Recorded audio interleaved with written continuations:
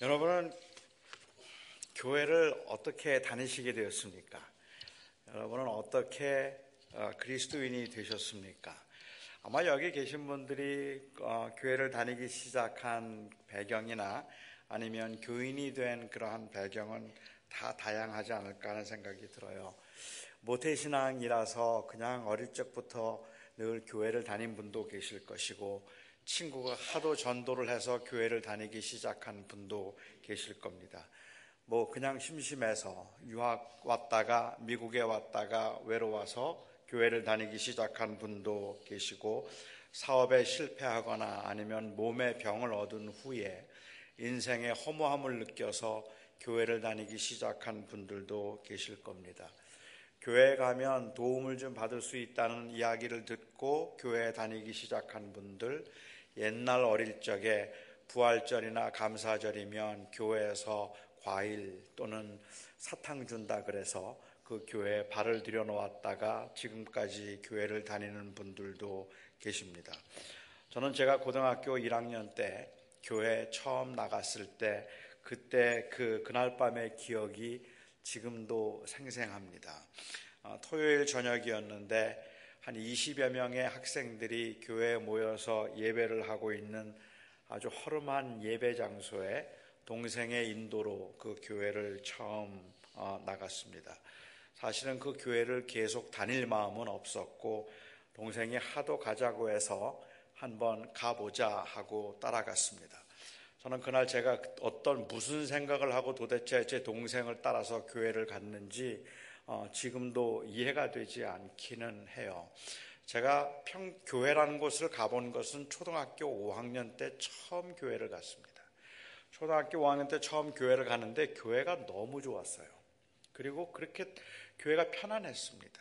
저희 집 바로 위였는데, 그래서 교회를 수요일도 가고 금요일도 가고 주일도 가고 교회에서 그냥 놀고 살다시피 하면서 교회 가서 예배하는 것도 좋아하고 교회 다니는 걸 굉장히 좋아했습니다. 그러다가 초등학교 6학년 때 교회에서 쫓겨났습니다. 사모님께서 학교까지 찾아오셔서 저보고 다시는 교회 나오지 말라고 하셔서, 그래서 제가 교회에서 쫓겨났어요. 목사님 아들을 때렸어요. 그 실수를 한 거죠. 목사님 아들을 때렸는데 하도 얄밉게 굴길래 그냥 학교 가는 길에 우연히 만나서 딱 한 대 때렸거든요. 그런데 이가 부러졌어요. 그날 저는 제 몸에 소림사에 피가 흐르는구나 하는 걸 그때 알게 되었는데, 지금 생각하면 사모님 이해가 되죠. 학교 가던 아들이 갑자기 피가 흐르면서 집에 들어왔는데 이가 부러졌고, 그래서 학교까지 찾아오셔서 저를 야단치시는데 잘못했다는 말도 하지 않고 뻣뻣하게 오히려 잘한 듯이 하고 있으니까 사모님이 화가 나셨겠죠. 그래서 그냥 너 이제 교회 오지 마 라고 말씀하셨는데, 그게 저에게는 말도 못한 상처인 거예요. 무슨 교회에서 원수도 사랑하라고 해놓고 교회 목사님 아들 때렸다고 교회 오지 말라 그런다 그러고 그 다음부터 저는 교회가 끔찍하게 싫었고 교회 다니는 사람은 다 위선자라고 생각을 했었습니다. 그런데 어떻게 그날 제 동생의 인도대로 교회를 갔는지 참 신기할 정도인데, 그 교회 처음 들어갔을 때 그때 그 편안했던 마음, 이 마음은 지금도 생생합니다. 아마도 처음에는 그냥 그 편안한 것이 좋아서 교회를 그냥 계속 다니기 시작했던 것 같습니다. 교회에서 쫓겨났던 제가 왜 그날 교회에 따라갔는지, 그리고 그날 왜 그렇게 마음이 편안했는지 심리적으로 분석을 해서 그 이유와 원인을 설명하는 것도 가능할 겁니다. 교회에 갔는데 처음으로 받아보는 여학생들의 관심 어린 눈초리였을 수도 있고, 세상적으로 그렇게 잘 나가는 사람들이 아니었던 그 가난한 학생들의 소박한 모습이 당시에 많이 위축되어 있던 저에게 좀 자신감을 주었기 때문이라고 볼 수도 있을 것 같습니다. 단순히 그런 것 때문에 제가 교회를 꾸준히 다녔을 리는 없을 것 같고, 조금 더 합리적인 이유를 찾자면 제가 교회에 나가기 시작한 지 4개월 만에 학생회장이 되었습니다. 세례도 받지 않았는데, 그냥 세례도 받지 않고 교회를 처음 나왔는데 학생들이 저를 학생회장으로 뽑아 주었습니다. 믿음도 없고 교회도 처음 나왔는데 왜 뽑아 주었을까요? 당시 여학생들이 제 외모를 보고 뽑았어요. 그냥 제가 그냥 뭐 여러분들이 보시는 대로 정말 잘생겼잖아요. 그러니까 그냥 저를 회장으로 뽑아 주어서 회장이 되었거든요. 근데 그렇게 회장이 되고 한 3개월쯤 지난 다음에 강남지구 학생총연합회가 있는데 그 강남지구 학생총연합회에 제가 교회 임원, 교회 대표로 거기에 참석을 했었습니다. 참석을 한 자리에서 저는 강남지구 학생총연합회 총무가 되었습니다. 왜 되었을까요? 그렇죠. 외모 때문에. 외모 때문에 제가 총연합 회장 총무가 되었어요. 아마 그 다음부터는 제가 책임감이 있었고 소속감을 느꼈기 때문에 교회에서 빠져나오지 못하고 그냥 꾸준히 더 교회를 열심히 다니게 되었는지도 모릅니다. 저는 그런 분석이 가능하다고 생각합니다. 한 사람이 취한 행동의 사회적 혹은 심리적 현상을 분석해 보려는 시도는 모든 행동에는 원인이 있다고 전제하고 볼 때 충분히 가능한 일이고 필요한 일이기도 합니다. 그래서 우리는 누가 어떤 행동을 하거나 아니면 어떤 말을 하면 제일 먼저 우리가 묻는 것 중에 하나가 그 사람이 왜 그랬대? 묻죠. 그 사람이 왜 그 말을 했을까? 왜 그랬대? 하고 그 원인을 찾아보려고 하고 그래서 그 사람이 그렇게 행동하거나 그렇게 말하게 된 그 원인이 무엇인가를 분석해낼 수 있는 가능한 데이터를 수집하려고 애를 씁니다. 애석하게도 그 원인을 정확하게 진단할 만큼 그 충분한 정보가 없거나 아니면 잘못된 분석 때문에 짐작과 추측으로 사람들의 마음을 상하게 만들고 그리고 상처를 주는 경우들이 너무 많아서 애석한 일이기는 하지만 사람들이 왜 그랬을까 하는 이유를 묻는 것은 당연합니다. 모든 결과에는 원인이 있기 때문에 그렇습니다.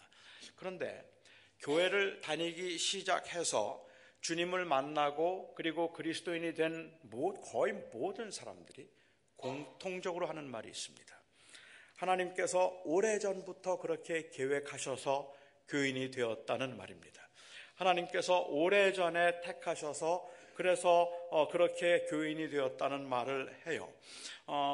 교회에 나오기 시작한 것도 내가 그냥 나간 줄 알았는데 나중에 보니까 하나님이 다 준비하시고 인도하셨더라고 이야기하고 돌이켜보면 내가 한 것 같은데 하나님께서 인도하셨다라고 고백을 합니다. 교회 다닌 지 얼마 되지 않는 분들의 입장에서 하나님의 인도하심 아니면 하나님의 계획 이런 말들이 참 이해가 되지 않는 말들입니다. 하나님의 인도하심이나 하나님의 계획이라는 것을 도대체 어떻게 알 수 있을까?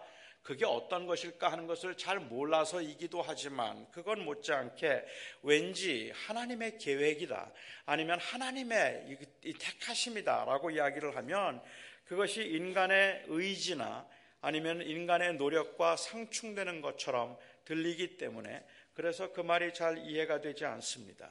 하나님의 전능하심과 그리고 하나님의 주권을 전제로 할 때 하나님의 계획과 인도하심을 우리는 예정과 섭리라고 그렇게 부릅니다.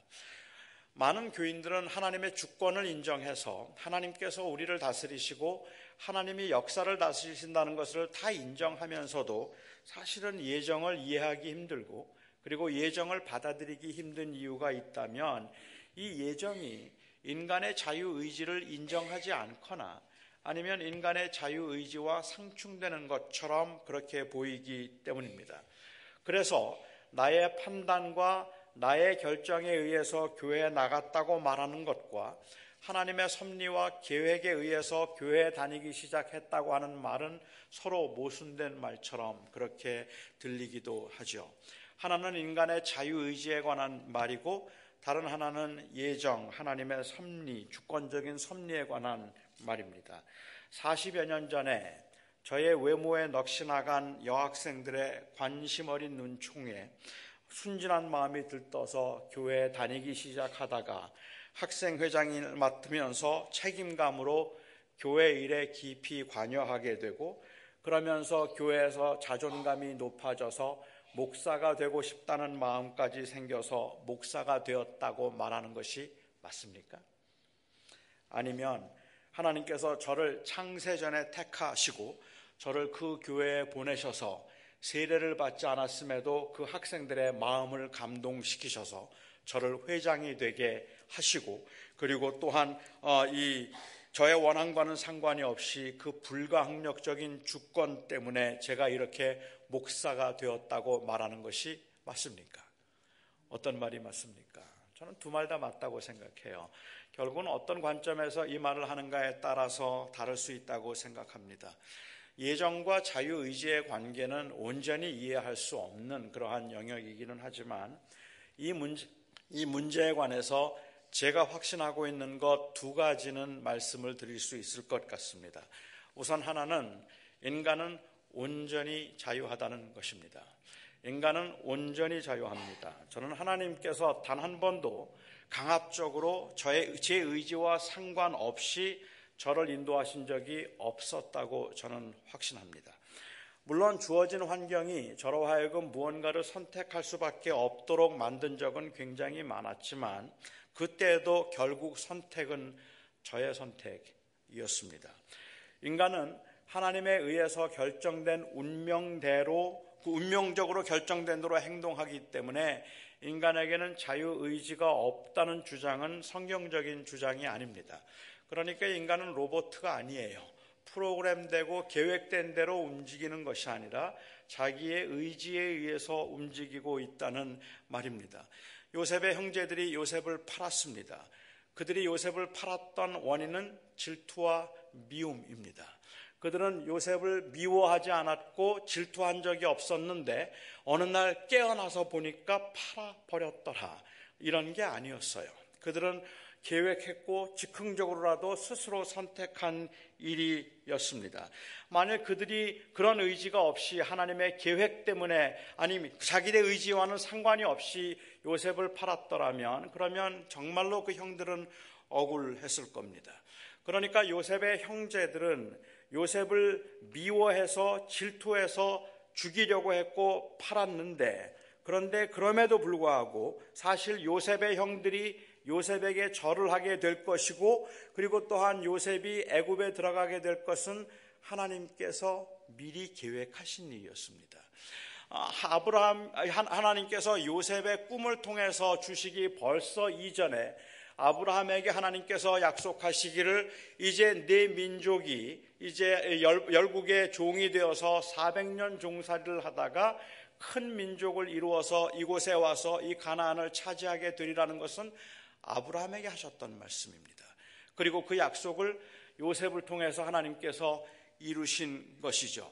그러니까는 엄밀히 얘기하면 그 요셉이 팔려서 애굽의 종이 되도록 한 것은 하나님의 계획에 있었지만, 그럼에도 불구하고 그렇기 때문에 요셉의 형제들의 의지와 상관이 없이 요셉의 형제들이 요셉을 판 건 아니었단 말이죠.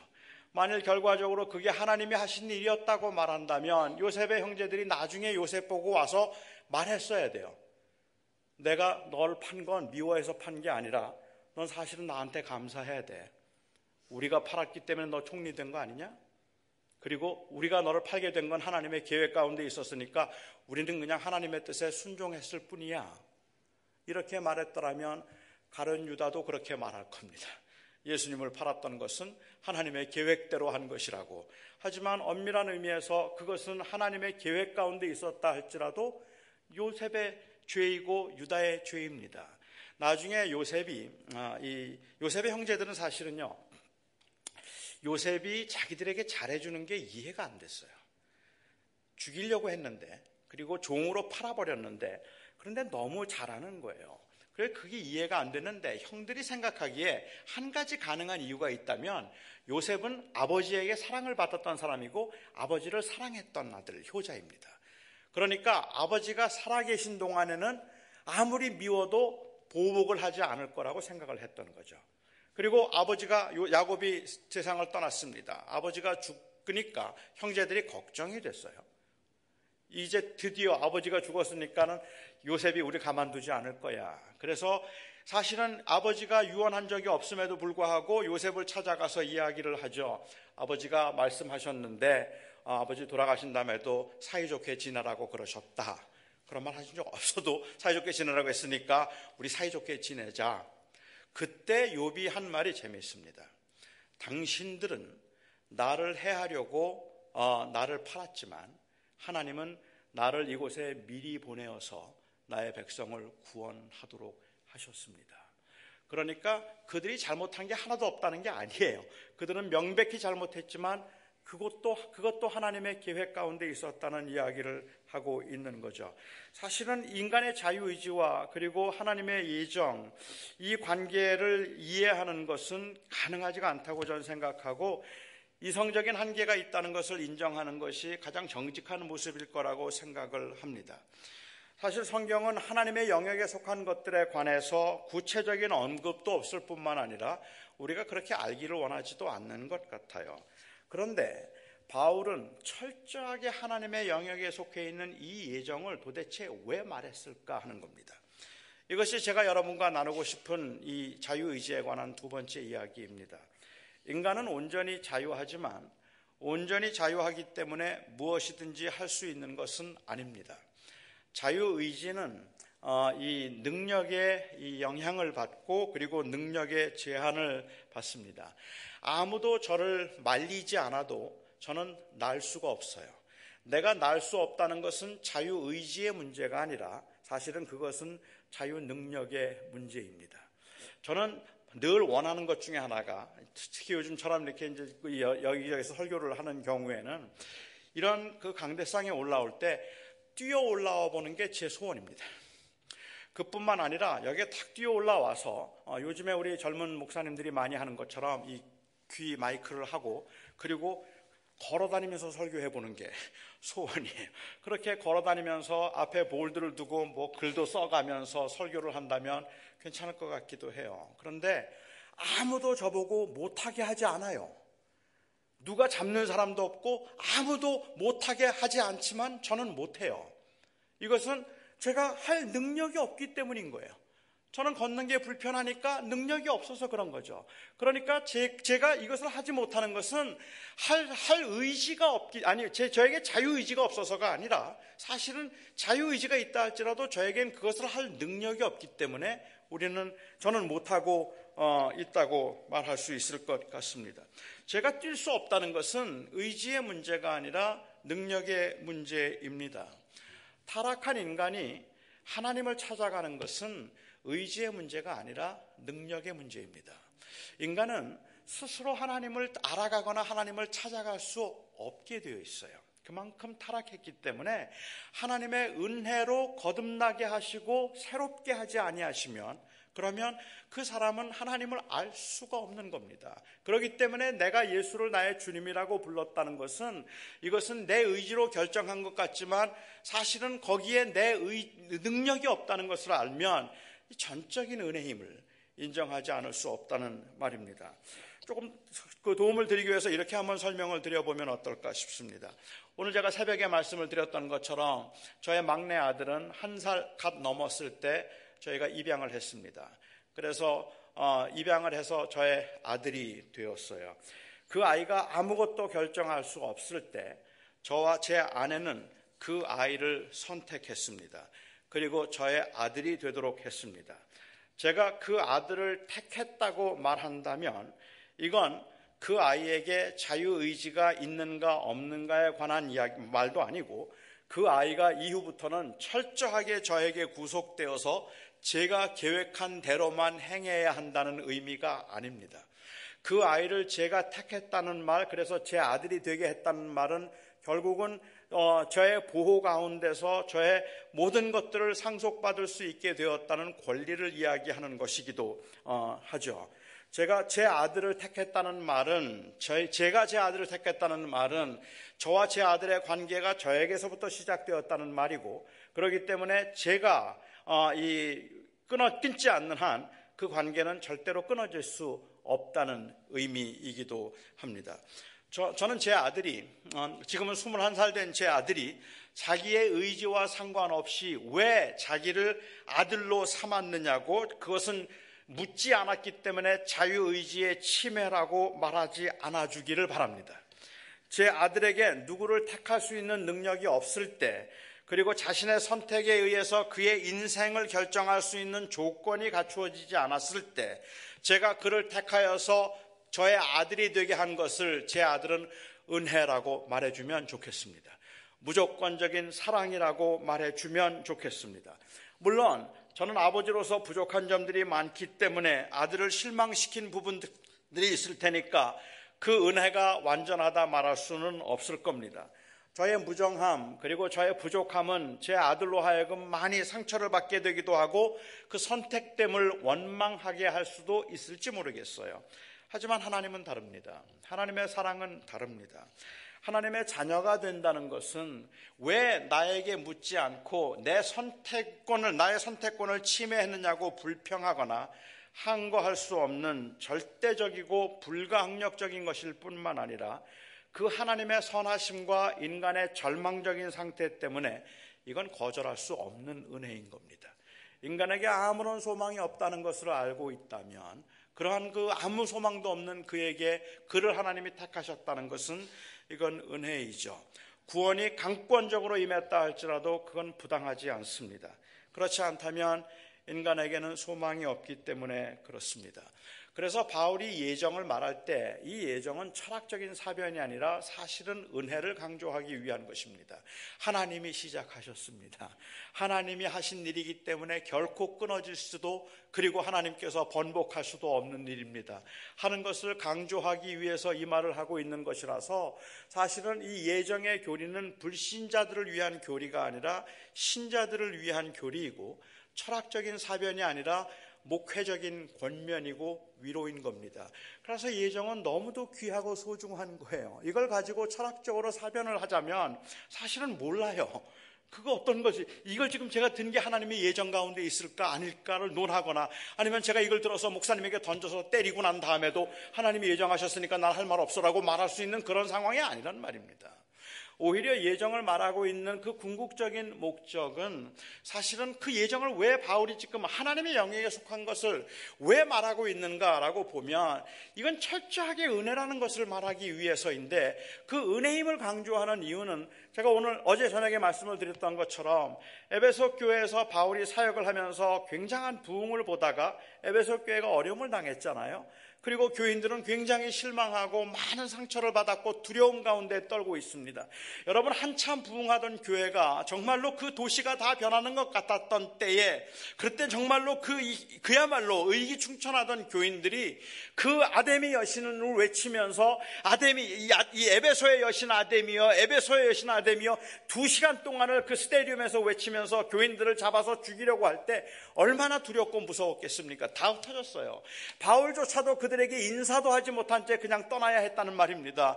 그래서 그 교인들을 향한 연민이 있었고 그들을 향한 안타까운 마음이 있었는데 그런 그 어려운 상황 가운데서 위험한 상황에서 믿음을 지켜가고 있는 그들을 위해서 바울이 에베소서를 쓰면서 처음으로 먼저 우선적으로 하고 싶었던 말이 무엇인가 하면 바로 여러분들을 택한 것이 하나님의 은혜이고 하나님의 사랑이기 때문에 하나님은 절대로 여러분을 버리지 않을 겁니다.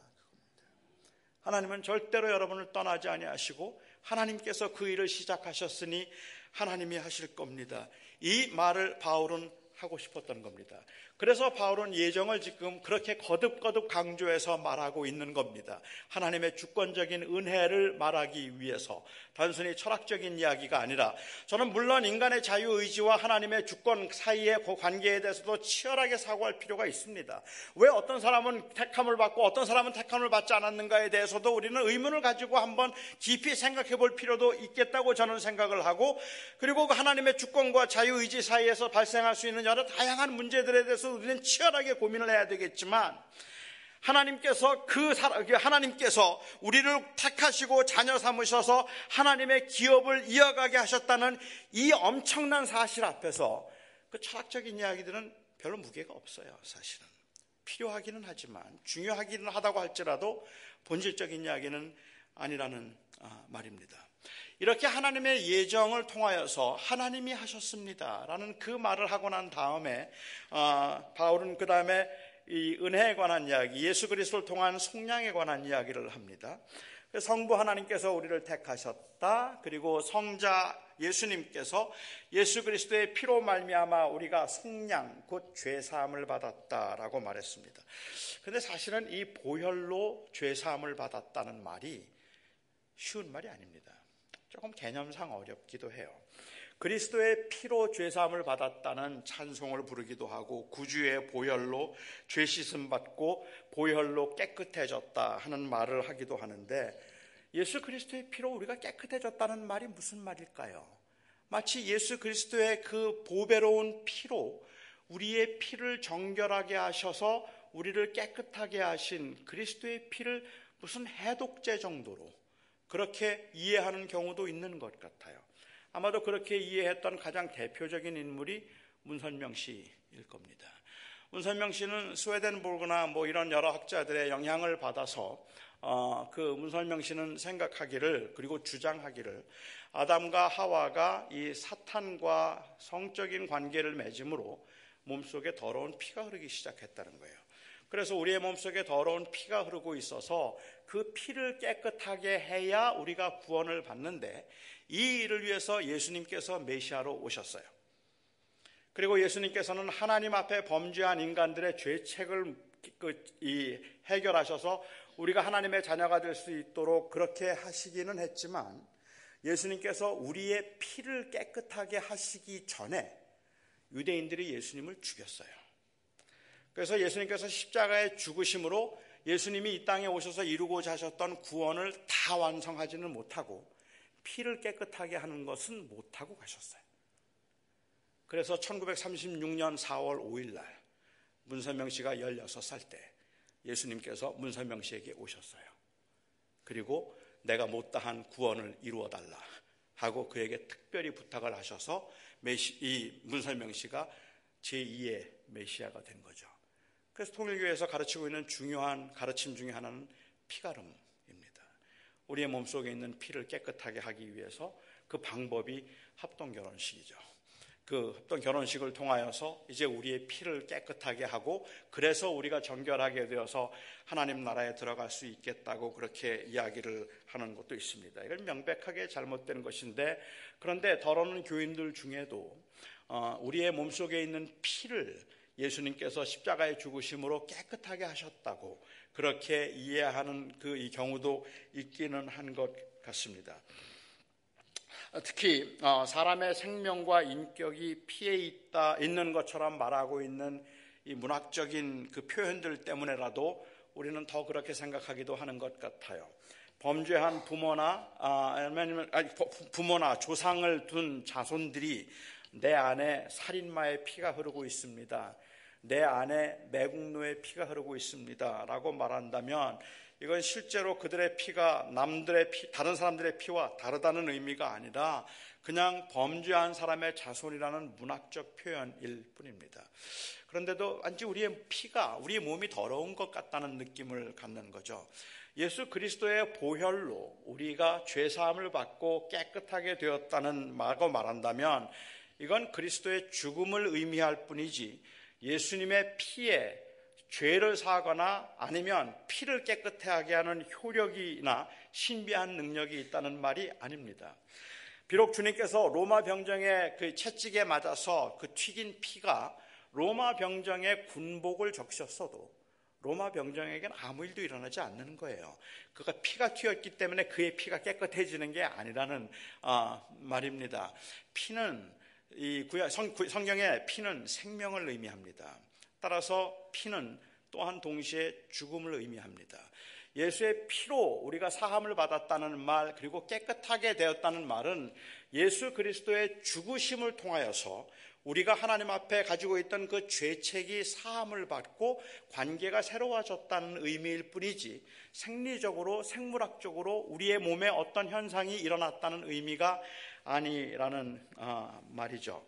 성경은 바로 우리가 그 그리스도의 죽으심을 통하여서 우리의 죄가 용서받고 다시 그래서 우리가 자유하게 되었다는 이 말을 구속, 혹은 속량이라는 단어를 사용했습니다.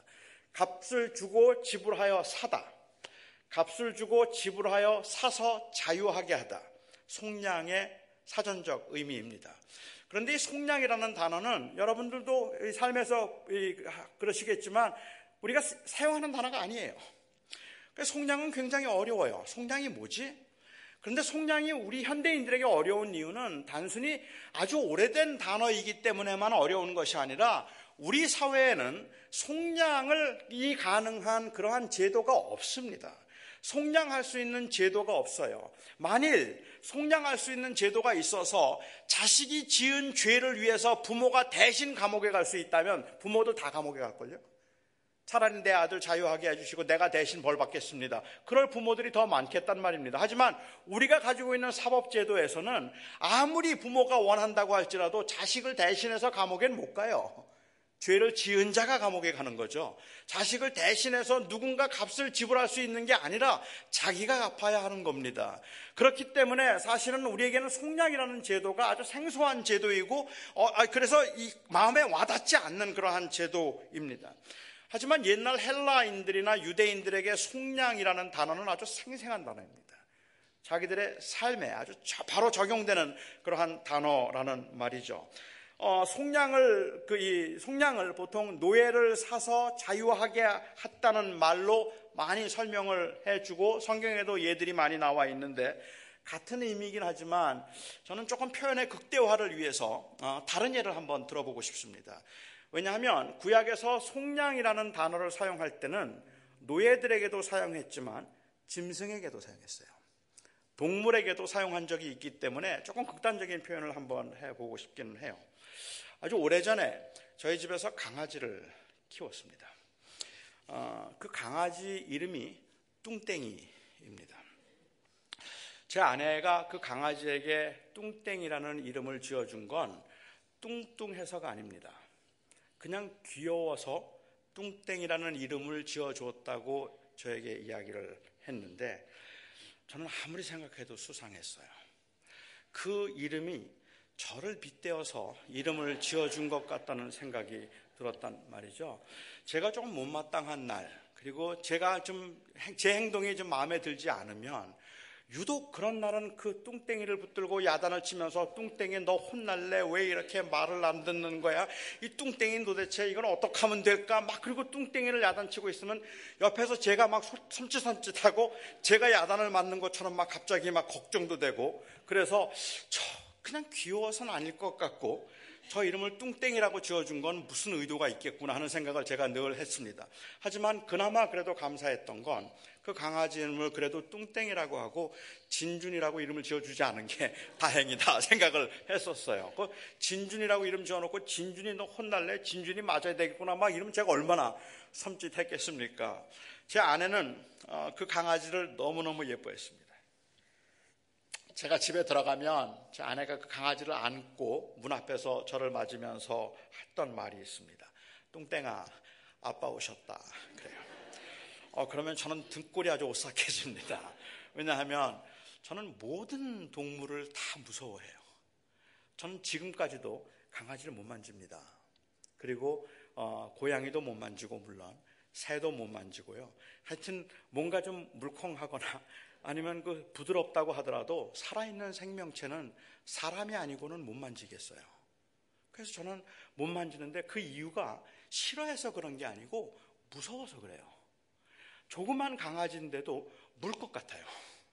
물 것 같다는 생각이 들고 신뢰가 안 가는 거예요. 아직까지 사람들은 절대로 물지 않는다고 이야기를 하지만 그래도 무서워요. 그래서 저는 강아지가 물 것 같아서 이 강아지도 어떤 동물도 만지지를 못합니다. 율법에 의하면 집에서 기르는 동물이 이웃집 사람을 물어서 만약에 상처를 입히면 그 동물은 반드시 죽여야 합니다.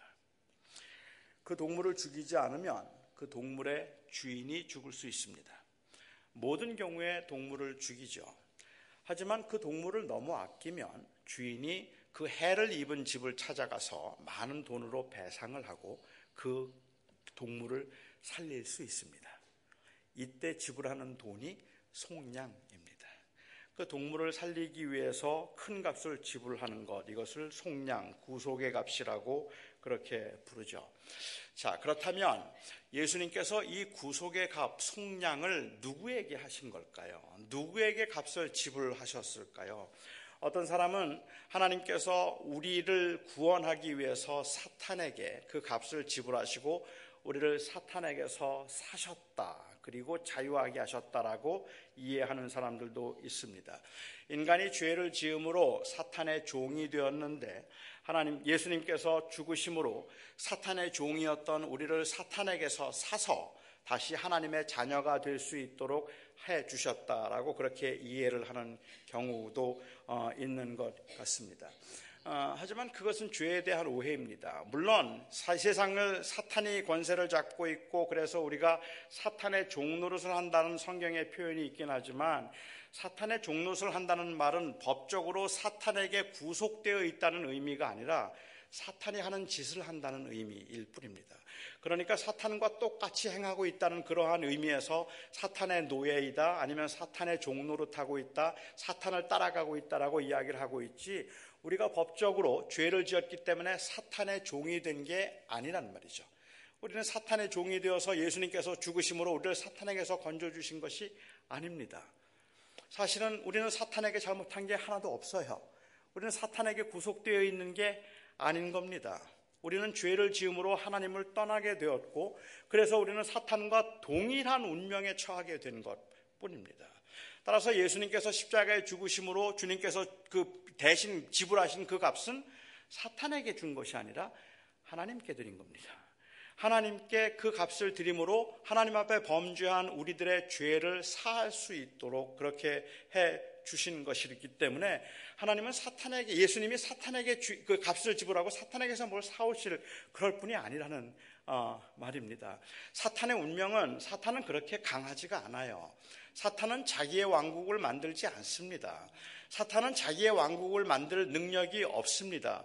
그러니까 사탄이 하는 일은 사람들을 현혹해서 다 자기의 부하를 만드는 일을 하는 것이 아니라 사탄이 하는 일은 언제나, 사탄이 하고자 하는 일은 언제나 자기의 나라를 세우는 컨스트럭션이 아니고 하나님의 나라를 파괴하는 디스트럭션입니다. 그게 사탄의 목적이에요. 그렇기 때문에 사탄은 어떤 경우에도 사람들로 하여금 하나님 대신에 사탄을 섬기라고 말하지 않습니다. 여러분, 사람들이 하나님을 섬기지 않고 하나님을 떠나게 만들 수 있는 가장 분명하고 확실한 대상이 누군지 아십니까? 우리 모두가 인간들이 그래요. 사탄 섬길래 하나님 섬길래 하고 말하면 당연히 하나님 섬기죠. 그런데 마귀는 그렇게 어리석지가 않아요. 우리를 유혹하면서 하는 말은 너 나 섬길래라고 말하지 않고 하나님 섬기지 말고 너를 섬겨라라고 얘기를 해요. 그러니까는 결국은 사탄의 유혹은 하나님의 나라를 파괴하는 것이니까 어찌든 사람들이 하나님 섬기지 않으면 되는 거예요. 그 하나님을 섬기지 않도록 하기 위한 최고의 유혹은 자기를 섬기게 만드는 거죠. 그래서 하와에게 유혹했던 것도 네가 그 선악과를 먹으면 선과 악을 아는데 눈이 밝아져서 네가 하나님처럼 될 것이다. 너 하나님처럼 될 수 있어. 그러니까 선악과를 먹으라고 말한 것이고 아담과 하와는 사탄을 섬기기 위해서가 아니라 하나님처럼 되기 위해서 선악과를 먹고 스스로 자기 인생의 주인이 된 것입니다. 이게 인간의 파멸이에요. 그리고 이것이 인간의 저주의 상태가 된 것이죠. 마귀는 그렇게 자기의 나라 만드는데 관심이 없습니다. 못한다는 걸 알아요. 그는 이미 쫓겨난 자이고 그리고 그는 사실은 하나님의 저주 가운데 있는 자이기 때문에 그렇습니다. 지옥에 가면 지옥에 하나님이 계실까요? 안 계실까요? 하나님이 계실까요? 지옥은 누가 다스릴까요? 지옥은 마귀가 다스릴까요? 아닙니다. 하나님은 지옥에 계십니다. 그리고 지옥을 다스리는 것은 마귀가 아니라 하나님이십니다. 마귀는 지옥을 다스리는 자가 아니라 사실은 마귀는 지옥에서 가장 고통을 당하는 자입니다. 만일 마귀가 지옥을 다스리는 자라면, 그래서 마귀가 지옥을 점령하고 있고 그래서 그렇다면 저는 이 땅에 사는 동안에 어중간하게 살기보다는 가능하면 그냥 악을 아주 확실하게 짓고 죄를 짓고 살아라, 그렇게 말하고 싶어요. 그러면 지옥 가서 대접받아요. 마귀가 자기 나라에서 너 정말 못된 짓 하다 왔으니까 여기 좋은 데 앉아라, 많이 좋은 거 많이 먹어, 그렇게 말할 겁니다. 그런데 그렇지 않잖아요. 마귀도 지옥에서 벌 받는 자이지 지옥을 다스리는 자가 아니고 지옥도 하나님의 주권적인 다스림 가운데 있는 겁니다. 지옥의 왕이 누구냐고 말하면 지옥의 왕이 마귀라고 말하는 것은 너무 불교적이에요. 지옥의 왕이 누구냐고 하면 성경은 지옥을 다스리는 분은 하나님이시다. 하나님이 지옥을 만드셨고 죄를 범하고 악을 행하는 자들을 그곳에 보내셔서 거기서 벌을 받게 하시는데 마귀는 거기에 있는 겁니다.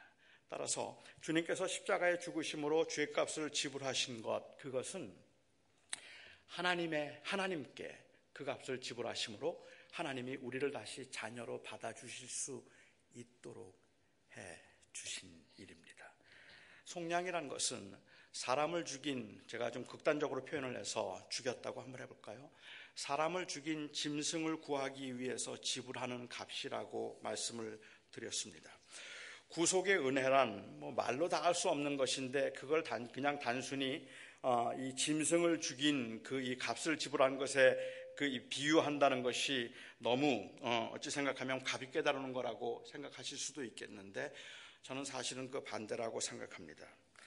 예수 그리스도의 구속의 사건이 이렇게 비현실적인 사건으로 들리는 이유는 이 사건은 마치 그 동물을 구하기 위해서 주인이 대신 죽었다고 말하는 것 같기 때문에 그렇습니다. 여러분은 이런 황당한 이야기가 믿어지십니까? 여러분은 이런 말도 안 되는 이야기에서 공의를 느끼실 수가 있겠습니까? 아니, 어떻게 이런 이야기들이 여러분 마음에 와닿을 수 있느냐는 말입니다. 부모가 자기 아들을 사랑해서 그래서 대신해서 죽음을 택했다면 저는 그건 아름답다고 말하겠습니다. 만일 사형 선고를 받은 친구를 대신해서 죽음으로 친구의 죄값을 속량하고 구원했다면 그런 친구 둔 사람 정말 행복한 사람이라고 저는 말하겠습니다.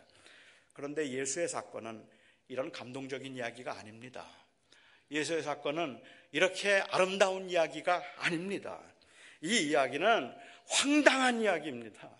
말도 안 되는 이야기입니다.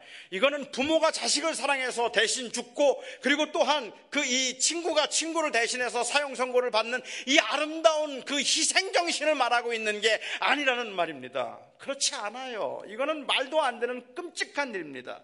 제가 조금 전에 설명드렸던 그 예를 다시 한번 생각해 보시기 바랍니다. 자기 집 개가 다른 사람을 물어서 죽여서 그 개를 죽여야 하는데 그 개를 살리기 위해서 주인이 대신 죽었다면 여러분 어떠십니까? 정말 개를 사랑하는구나라고 그 사랑을 느끼시겠습니까? 그게 말이 된다고 생각하십니까? 그런데 이건 더 황당하잖아요. 하나님의 아들 예수 그리스도가 우리를 대속하기 위하여 죽었다는 말은 그 개가 이웃집 사람을 물어 죽였는데 그런데 주인이 그 개를 살리기 위해서 자기 아들을 대신 죽였단 말입니다.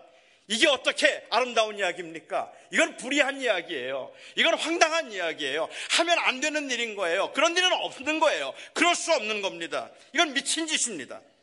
심하게 이야기하자면 예수님께서 죄인을 위해서 죽었다는 것은 이건 용납되는 일이 아니에요. 이건 너무 황당한 이야기예요. 있을 수도 없는 일인 겁니다. 불의한 일인 겁니다. 죄인을 위해서 자기의 사랑하는 아들을 대신 죽이다니요. 도저히 용납할 수도 없는 일인데 그런데 말입니다. 이게 정말 불의한 일이라고 느껴지니까 하나님의 사랑이 마음에 와닿더라고요. 예수님이 죽으신 게 이런 거구나 하는 것이 제 마음에 더 와닿더라는 말입니다. 예수 그리스도의 사건이 불의하고 미친 짓처럼 보일 때 비로소 그 사랑이 어떤 것인지, 하나님이 세상을 이처럼 사랑하사 독생자를 주셨으리라는 그 말이 얼마나 끔찍할 만큼이나 우리에게는 사무치는 말인지, 정말로 어떤 것과도 바꿀 수 없는 말이라는 그 놀라운 것이라는, 이건 그냥 어떤 말로도 표현할 수 없는 사랑이라는 것이 느껴진다라는 말입니다.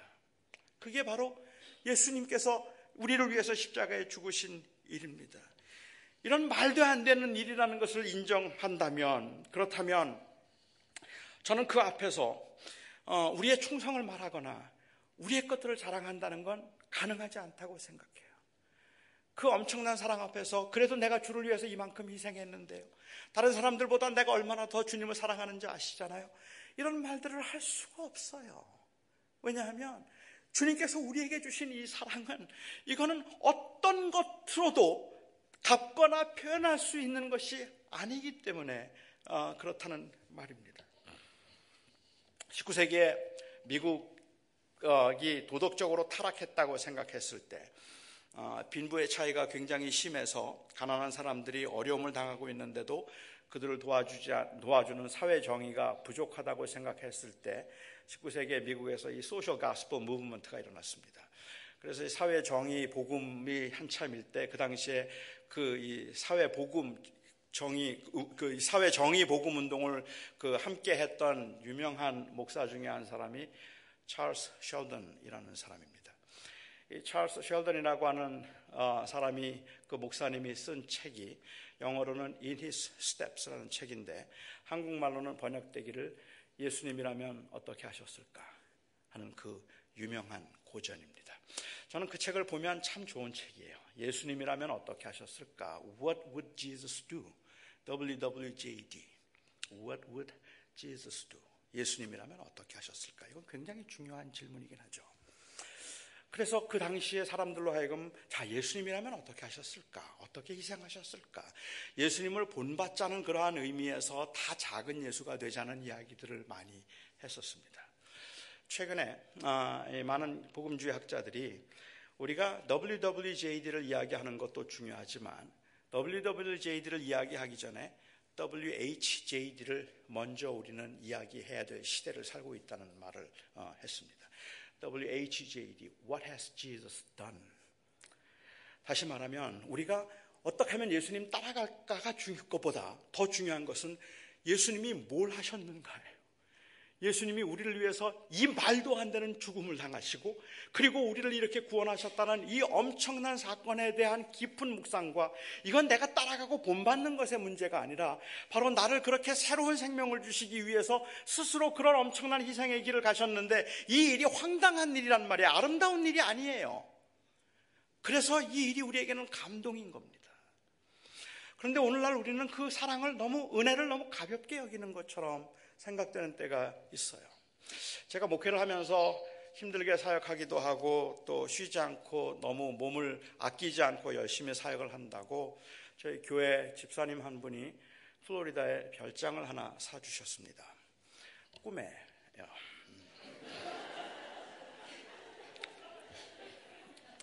꿈이었어요. 근데 만약에 어느 집사님이 저에게 플로리다에 별장을 사주면서 목사님 좀 가끔씩 좀 가서 쉬고 그리고 좀 그렇게 하세요 라고 얘기한다면 저는 정말 고마울 겁니다. 너무 고마워서 제가 그거 나 혼자 쓰지 않을 겁니다.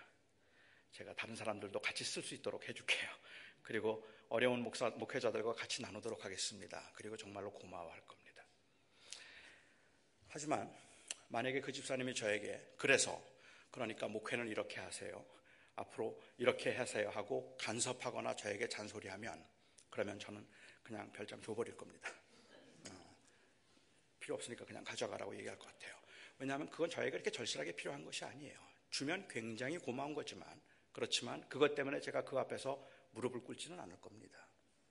오늘날 사람들이 은혜를 말하는데 이 은혜에서 프리를 강조해요. 그런데 그건 굉장히 중요하지만 공짜로 주신 것이에요. 너무 좋아요.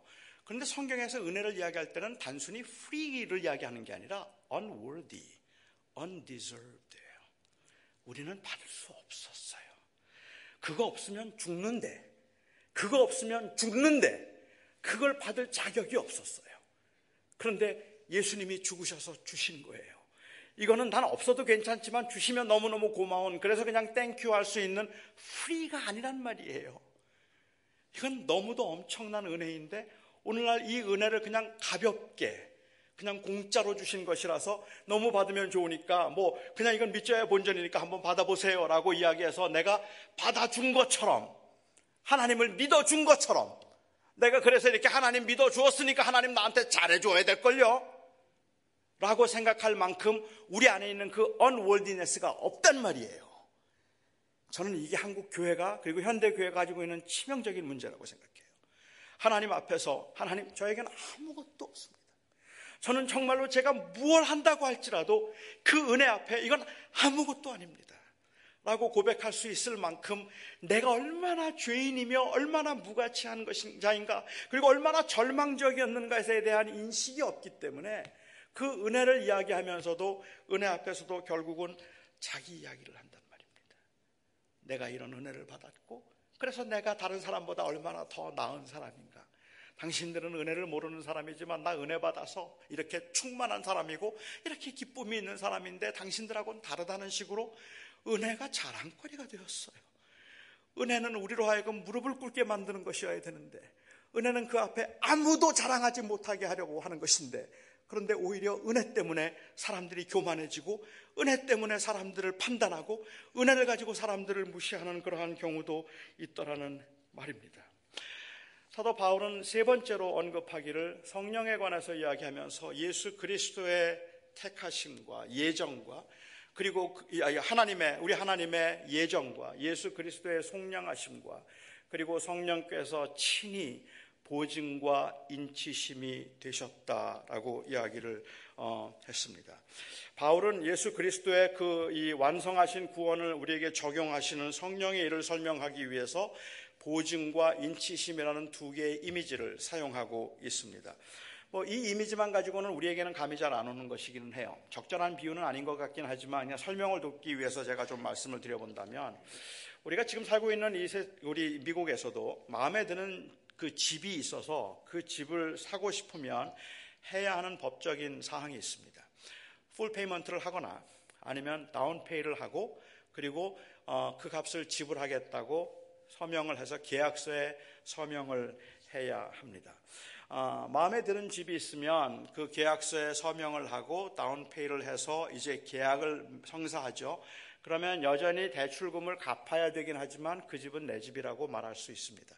그거는 아무도 빼앗아갈 수가 없어요. 적어도 그 대출금을 갚고 있는 동안에는 아무도 빼앗아갈 수가 없고 집문서도 자기 이름으로 되어 있습니다. 이때 계약서에 서명하는 것이 인치심이고 그리고 다운페이를 하는 것이 보증입니다. 그렇다면 이 말씀은 성령께서 보증과 인치심이 되셨다는 말은 성령께서 친히 다운페이를 하시고 성령께서 친히 사인을 하셔서 서명을 하셨다는 말입니다. 여기에 이 말씀을 바꿔서 얘기하면 우리와 하나님이 언약 관계를 맺어서 이제 우리를 택하셔서 우리를 구원하시는데 갑이 하나님, 성부 하나님이세요. 그래서 갑이신 성부 하나님이 서명을 하면 을에는 우리가 해야 되잖아요.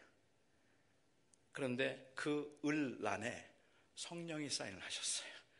성령께서 친히 사인을 하시고 성령께서 보증이 되어주셔서 이 구원은 절대로 흔들리지도 절대로 빼앗기는 일도 절대로 번복되는 일도 없도록 하셨어요.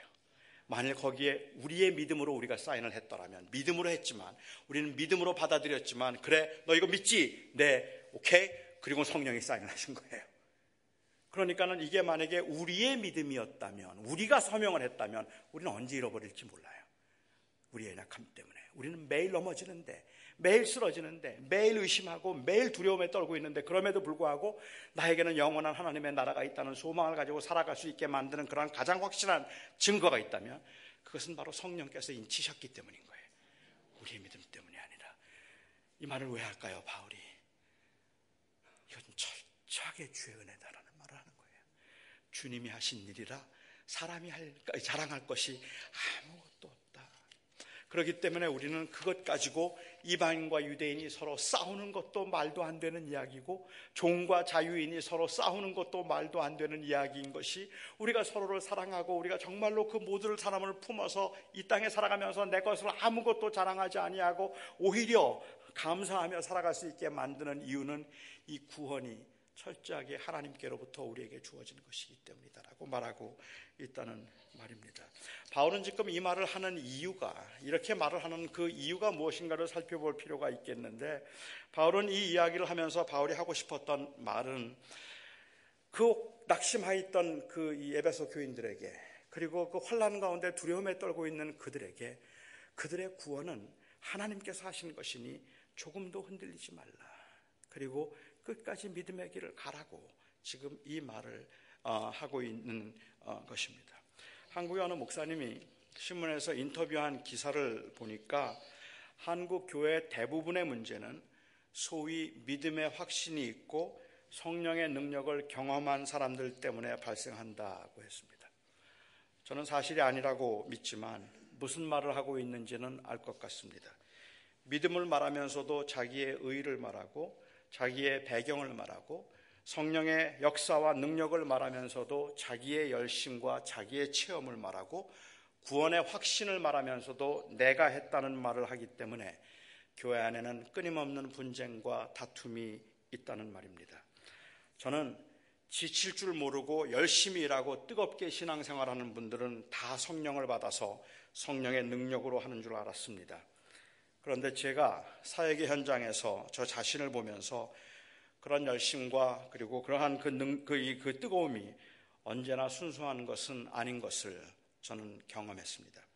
순수한 것이 아닐 뿐만 아니라 내 믿음과 내 열심을 드러내려는 그 사악함이 숨어 있음을 보기 시작했습니다. 거룩한 비전을 이야기하는데 그 거룩한 비전에는 언제나 야망이 섞여 있고 주를 향한 열심과 그리고 그 열정에는 언제나 자기 만족이라는 괴물이 도사리고 있었습니다. 구원의 확신이라는 것이 내가 얼마나 확실하게 믿고 있는가의 문제가 아니라 이 일은 철저하게 성령께서 하신 일이라는 고백이 바로 구원의 확신이어야 하는데 오히려 구원의 확신으로 교회가 갈라지고 교인들 사이에 분열이 발생했습니다. 구원의 확신은 하나님이 하셨다는 고백이어야 할 텐데 그래서 오히려 더욱 겸손하게 서로를 섬기며 이방인과 유대인이 하나가 되어야 할 텐데 종과 자유인이 하나가 되는 것도 가능하게 만들 수 있어야 할 텐데 마치 자기의 결단과 헌신으로 얻기로도 한 것처럼 오히려 그것 때문에 다른 사람들을 정죄하고 그리고 교만한 그러한 경우들이 정말로 많더라는 말입니다. 지금도 지하철에 가면 예수 천당 불신지옥 말하는 분들이 있습니다. 저는 그분들의 열심을 정말 좋아합니다. 그리고 존경합니다. 그뿐만 아니라 그 예수 천당 불신지옥이라고 말하는 것이 그냥 우리가 이 실용주의제에 너무 익숙해져서 그렇게 전도한다고 사람들이 믿어? 저는 그 질문은 그렇게 합당한 질문이 아니라고 생각을 해요.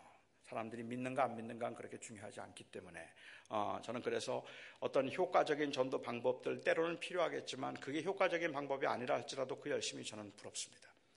그런데 혹시 예수 천당 불신 지옥이 사람들에게 잘못된 메시지를 주지 않을까라는 두려움이 있어요.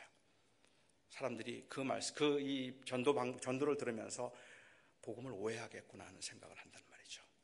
다시 말하면 예수 믿으면 천당 가고 예수 안 믿으면 지옥 간다. 그 말이 맞습니까? 갑자기 또 이단 같죠. 너무 당연한 질문을 왜 할까? 저는 예수 믿으면 천당 가고 예수 안 믿으면 지옥 간다는 말이 부분적으로 맞기는 하지만 맞지 않는 말이기도 하다고 저는 생각합니다. 무슨 말인가 하면 예수를 안 믿어서 지옥에 가게 되는 것은 예수를 안 믿기 때문에 지옥에 보내진 것이 아니라 사실은 그들을 지옥에 가게 한 우선적인 원인은 불신이 아니라는 거예요. 불신이 아닙니다. 그들을 지옥에 가게 한 우선적인 원인은 죄입니다. 그리고 그 죄로부터 해결할 수 있는 방법을 주님께서 주신 것인데 그것을 받아들이지 않았기 때문에 죽게 되는 거죠. 제가 좀 설명을 드리기 위해서 이렇게 한번 말씀을 드리면 어떨까요? 요즘은 암이 불치의 병은 아닙니다. 하지만 불치의 암에 걸렸다가 한번 가정해보죠. 어느 분이 불치의 암에 걸려서 지금 죽어가고 있습니다. 사경을 헤매고 있는데 그렇게 죽어가는 사람을 의사들은 더 이상은 현대의학으로는 더 이상 소망이 없다고 생각해서 포기했습니다. 그래서 더 이상은 살 가능성이 없는데 어떤 분이 약을 하나 가져왔어요. 새로 살릴 수 있는 약입니다. 그 약을 가지고 와서 그분에게 이야기해요. 이 약은 진짜로 살릴 수 있는, 진짜예요. 진짜로 살릴 수 있는 약입니다. 이거 먹으면 삽니다. 이거 먹으면 삽니다. 그런데 그분이 그 약을 안 믿었어요. 그래서 먹지 않았어요. 그리고 정말 죽었어요. 그러면 그분이 죽게 만든 우선적인 원인은 뭡니까? 약을 안 먹었다는 겁니까? 아니면 암입니까? 암이죠. 암이 그를 죽게 한 겁니다.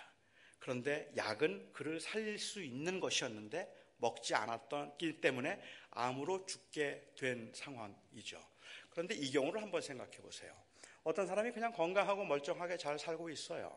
그렇게 그냥 아무 문제 없다고 살고 있는데 한 사람이 와서 약을 하나 소개해요. 이거 불로장생 약인데 이거 먹으면 영원히 살 수 있습니다. 이거 드세요.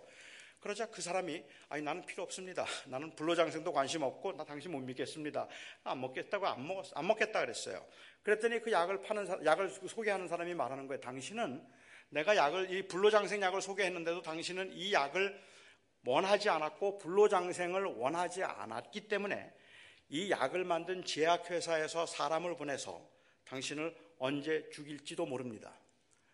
그래 그 제약회사에서 직원이 와서 당신을 죽인다 하더라도 나는 당신에게 이 약을 소개했기 때문에 당신의 죽음에 아무 책임이 없고 당신이 안 믿었기 때문에 그냥 죽는 것뿐입니다. 그리고 며칠 있다가 제약회사 직원이 찾아와서 그를 죽였어요. 이 경우에는 그 사람이 왜 죽었죠? 안 믿어서 죽은 거예요. 그렇잖아요. 그는 멀쩡했던 사람인데 그는 원래 멀쩡했던 사람인데 그 약을 안 먹었기 때문에 와서 죽인 거예요. 예수 천당 불신 지옥을 들으면서 사람들은 어떤 말을 들을까요? 후자를 듣고 있는 것 같아요. 나 멀쩡한데 잘 살고 있는데 갑자기 와서 예수 믿으라 그래요. 그래서 싫다 그랬더니 그럼 지옥 가라 그래요. 이런 무례한 사람들이 어디 있어요? 무슨 그런 말이 경우가 어디 있느냐고. 이런 독선적이고 이렇게 그야말로 못되고 독선적인 사람들이 어디 있겠는가. 지금 사람들은 교회를 그렇게 욕하고 있다는 말입니다. 이거는 그 사람들이 얼마나 절망적인 상태인가 하는 것을 인식하지 않고 있기 때문에 그런 거잖아요. 정말 죽어가고 있다면 그 죄로 인해서 죽어가고 있기 때문에 아무것도 소망이 없는데 아무것도 그를 살릴 수 없는데 예수 그리스도께서 죽으심으로 그를 믿으면 살아날 수 있는 그 길을 열어주시고 그 생명을 주셔서 이제 믿으면 산다고 말씀하고 있는 거니까 자기가 절망적인 상태를 인식하고 있다면 아무런 소망이 없다는 상태를 인식하고 있다면 이 놀라운 은혜 앞에서 아무것도 자랑할 수 없단 말이에요. 그런데 오늘날은 달라졌어요. 제가 이 양리하게 다시 한 번 더 해볼까요? 어떤 사람이 병이 들었다고 한번 가정해보죠. 그리고 지금 사경을 헤맵니다. 아무도 현대의학은 포기를 했어요. 어떤 분이 약을 가져왔어요. 그리고 이 약을 먹으면 산다 그래요. 그래서 그 말을 믿고 약을 먹었어요. 정말 살았어요. 다 죽는다고 했는데 살았어요. 사람들이 와서 물어요. 와, 어떻게 된 거예요? 분명히 살지 못한다고 했는데 어떻게 살았어요? 그럼 일반적으로 사람들이 뭐라고 말합니까? 아무개 집사님이 약을 갖다 주셨는데 그 약 먹고 살았어요.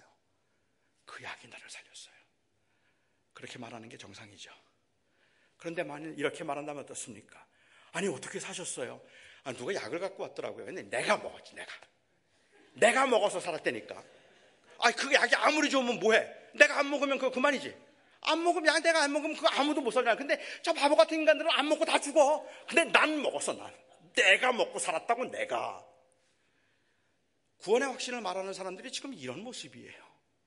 나는 믿는데 저 사람들은 안 믿고 있다고 오히려 정죄를 하고 그 내가 믿는다는 사실 앞에서 정말 우리가 오열할 만큼이나 그 은혜가 감격스럽고 이 놀라운 은혜 때문에 내가 살았습니다. 그 약이 나를 살렸습니다. 그렇게 고백을 하고 있는 것이 아니라 약이 뭐든 상관없이 아무튼 내가 믿었으니까, 그러니까 내가 믿어서 살았다는, 자기가 믿었다는 그것이 자기의 의인 것처럼 그렇게 자랑을 하고 있단 말입니다. 저는 그래서 어쩌면 오늘날은 오늘 죽어도 천국 갈 수 있습니까? 라고 우리가 전도하면서 이야기를 한다면 나는 예수를 믿기 때문에 갈 수 있습니다 라는 말보다 어쩌면 요즘 같은 세상에는 오늘 죽어도 천국 갈 수 있습니까? 라고 하면 하나님이 하셨습니다. 그 말이 맞을 것 같아요. 하나님이 하셨습니다. 이 말이 왜 중요한가? 저는 오늘 교회가 정말 이 은혜 앞에 제대로만 선다면 그러면 교회 분쟁이 없을 것 같아요. 정말 이 은혜 앞에만 우리가 제대로 선다면 누가 뭘 자랑하겠어요? 그 은혜 앞에서 누가 뭘 내놓을 수가 있겠어요?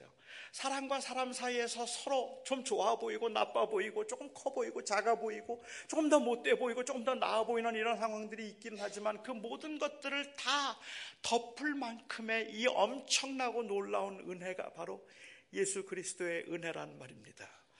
교회 공동체란, 은혜의 공동체라는 말은, 교회 공동체는 하나님이 하셨습니다 라는 공동체입니다. 하나님이 하십니다. 그 공동체입니다. 그렇기 때문에 우리는 아무리 힘이 들어도 아무리 어려워도 우리가 낙심할 수 없는 이유, 그리고 우리가 그만둘 수 없는 이유, 그 이유는 은혜 때문인 겁니다. 은혜는 무엇인가를 하게 만드는 능력이 아닙니다. 여러분 은혜 받으면 할 수 있을 것 같죠? 보통 이 은혜를 받고 열정이 생기면 열정은 능력을 과대평가하게 만듭니다. 그래서 막 은혜 받으면 할 것 같아요. 코스타 한번 갔다 오면 청년들이 금방 변해서 세상 다 엎을 것 같아요. 그렇게 한 3번쯤 코스타 참석한 학생들, 그 다음엔 꼭 저한테 물어요.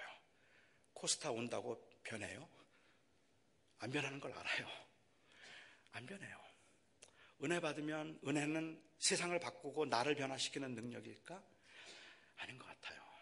은혜 받는다고 사람이 달라지지 않습니다. 제가 믿기에 은혜는 사실은 은혜는 무엇을 할 수 있게 만드는 능력이 아니라 은혜는 무엇을 하지 않을 수 없게 만드는 감동이에요. 나는 매일 넘어지는데 안 할 수가 없어요. 나는 매일 흔들리는데 그런데 포기할 수가 없어요. 왜? 은혜 때문에. 나를 위해서 죽으신 그 예수 그리스도의 은혜 때문에. 나는 내가 이거 해서 될까? 코스타 오는 청년들이 저에게 물어요. 목사님 코스타 온다고 변해요? 코스타 와서 은혜 받으면 변하나요? 안 변할걸? 그런데 왜 해요? 제가 그들에게 묻습니다. 그런데 안 할 수 있을까? 안 할 수 있을까? 그게 은혜잖아요. 우리가 이 자리에 있을 수 있는 것은 은혜 때문인 겁니다. 내가 무엇을 할 수 있어서가 아니라 나를 위해서 하신 그 그리스도의 그 놀라운 사랑 때문에 내가 하지 않을 수 없어서 다시 그 앞에서 또 무릎을 꿇고 또 부르짖고 수없이 넘어짐에도 불구하고 포기하지 않고 그 자리에 있는 건 은혜 때문입니다.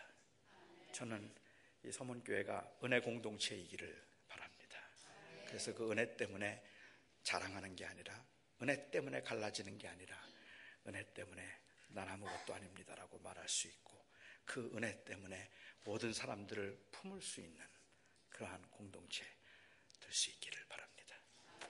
기도하겠습니다.